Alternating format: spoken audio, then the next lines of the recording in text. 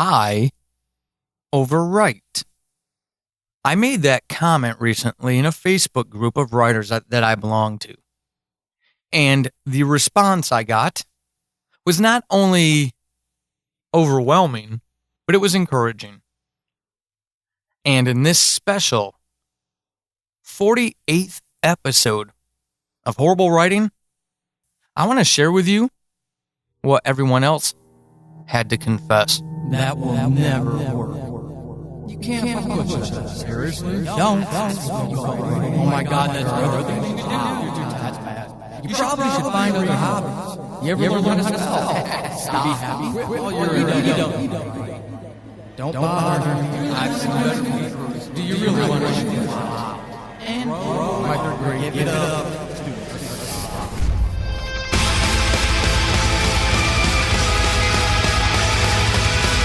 Welcome to Horrible Writing, the rawest, most candid, in-your-face writing show on the interwebs because none of us have time to suck. Let's do this.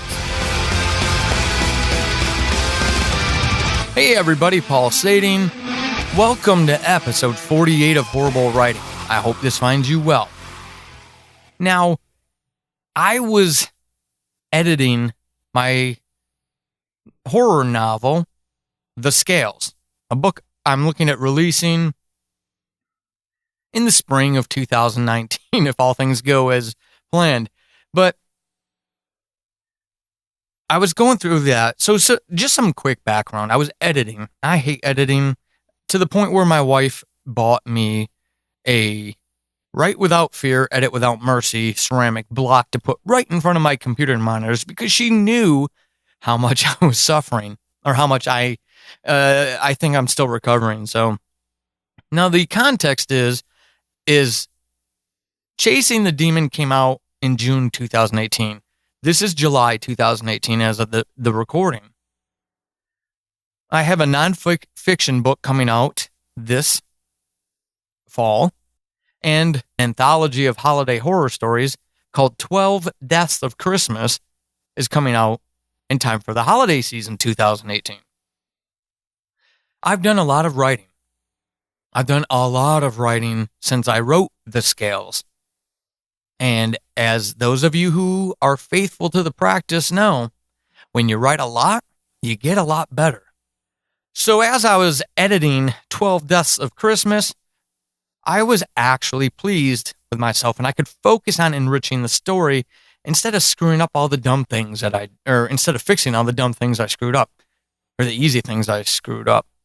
And then to do that, have that experience be so encouraging, so positive, so progressive, making me want to write again so I can edit again, along comes this book. And I realized how much, I knew that. Writers groups tell me that when I go to our weekly meetings. I know that about me. And a recent review of the book even told me about that. But it was just thrown in my face with this. So I went over to a Facebook group, and I'm not going to mention it, not because I don't want to give the person love, because I absolutely do adore them. And they're an incredibly positive force in the podcasting space. But I just don't want to betray anybody who took the time to respond, even though it's Facebook and it's public and all that stuff. It's not public, but it's set to a private group, but there's a ton of people in it. Anyways, I just want to share the responses I got to my confession of overwriting with you because there's some really beautiful stuff in here, and I will do this as quickly as I can with respect to what everyone had to say, but I challenge you. As I read what they're confessing, how much do you identify with? How hard on yourself are you? So here we go.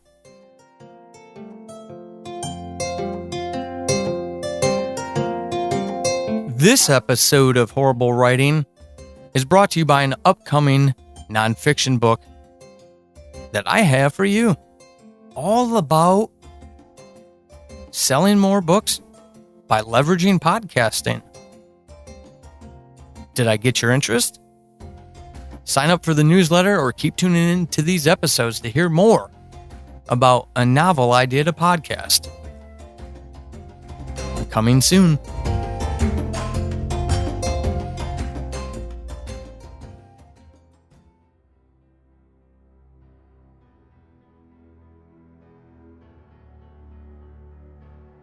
Faith says I obsess over minor details.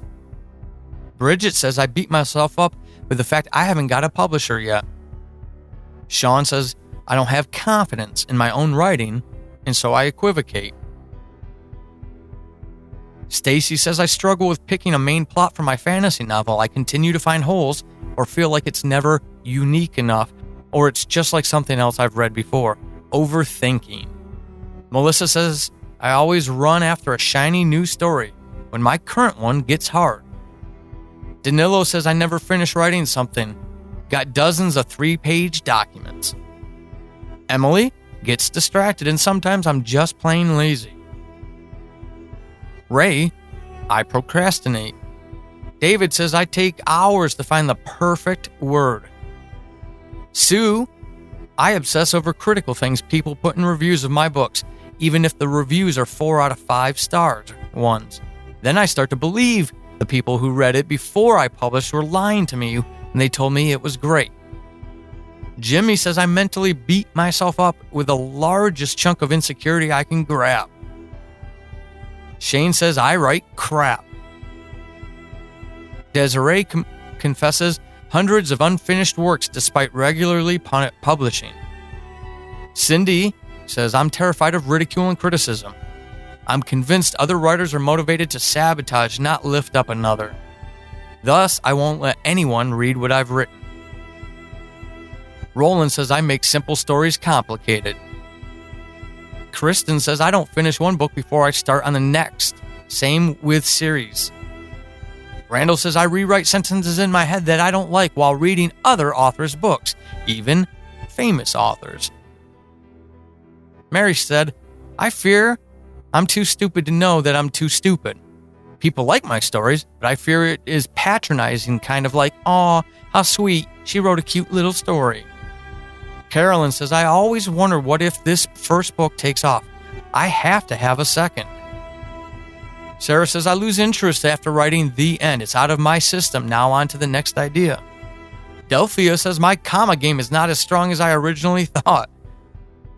I love the comma game. Judy says, I know I'm wasting my time writing, but I do it anyway. Jeannie says, I don't actually write. I just talk about it. Hashtag just bloody right, woman. Elena says, I underwrite and never describe the setting. These are related issues. Rick says, I feel that whenever something doesn't happen that I'm excited about, it's because I'm not worthy. Eric said, I suck at narrative and think that I'm not including enough scene description. Steve says, I lack the confidence to fail miserably.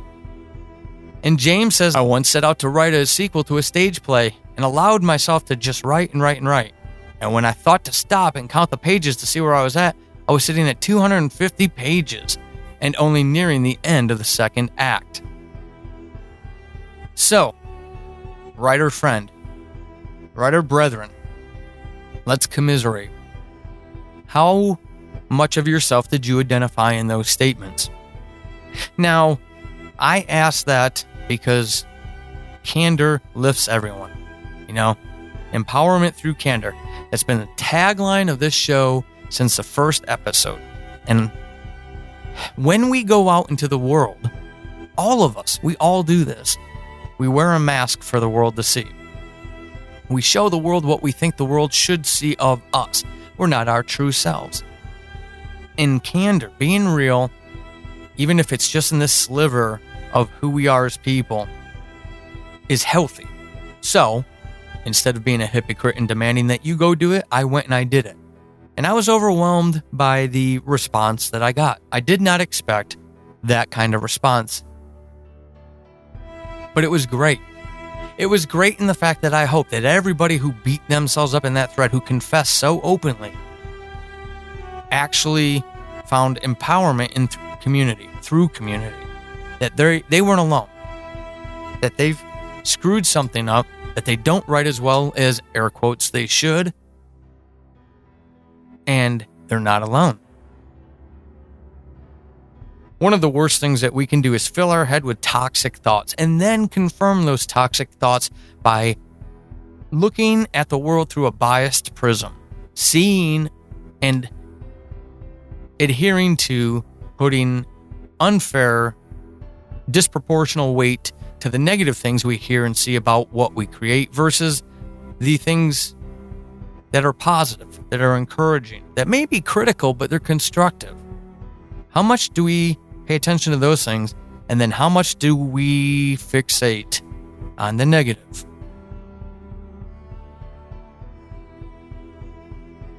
I could tell you that it's a simple paradigm shift, that you just need to change the way you focus on things. Don't read the bad reviews. Read only the good reviews. Ignore the bad crap that people say. Only listen to... Though I don't want to do that to you. You're an intelligent adult. You don't need me to give you platitudes. But that doesn't change the fact that we know what we choose to see. And the scary thing about human psychology is that the more we see, the more we choose to see these things, the more we repeat that behavior, we start developing a sensitivity to that. We start seeing that stuff with less effort, so therefore we see it more often, more easily. And it's always the crap. It's always the stuff that detracts from what we could be doing. Now, I don't want you to go out there and fool yourself. But be honest. Do an honest mirror check with yourself. Know who you are. If you are truly a person who can read a 1-star review about your podcast or about your performance, and they put it in the local theater's website article, you read the reviews on Amazon. If you can genuinely, because you don't owe me anything, you owe yourself a genuine answer. If you can read those 1 stars and 2 stars and not be bothered, literally, it doesn't bother you, then good. Go ahead, keep yourself grounded, and see if there's valid comments or commentary in any of those reviews or things said about you. But if that's not you, and there's very few people like that, if that's not you, there is no point. When I see a 1-star review of subject found, I ignore it because there's enough reviews out there to make it statistically valid that that's a good show. When I see 1-star reviews of Diary of a Madman, I ignore them because that isn't as far or as close to either or as I've ever gotten in my life. I pushed that story as close to the edge as I wanted to go with it, more than I've ever done before, and I knew people were either going to hate it or they were going to enjoy it. They were going to either hate it or really like it. There doesn't seem to be a middle ground with that audio drama. And with my books, Chasing the Demon was an adaptation of the first season of Subject Found. It was not written as a novel, it was written as a script. And I had to adapt it. I had to novelize it. And by the time I wrote the second book, Rip, in that series, I'd already become aware of how poorly I did in Chasing the Demon. So, the other day, I got my first bad review of the book. 2-star. And I don't think she was wrong. I believe it's a she. May not have been.